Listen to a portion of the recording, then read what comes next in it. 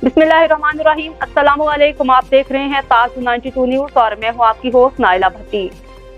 नजर डालते हैं आज की हेडलाइंस पर।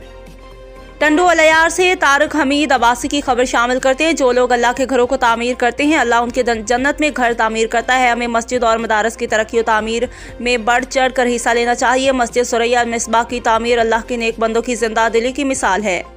इन ख्यालात का इजहार जमात इस्लामी सिंध के नायब अमीर मेराजुल हुदा सदीकी ने टंडू अलियार में मस्जिद सुरैया मिसबाह की इफ्तिताही तकरीब से खिताब करते हुए किया।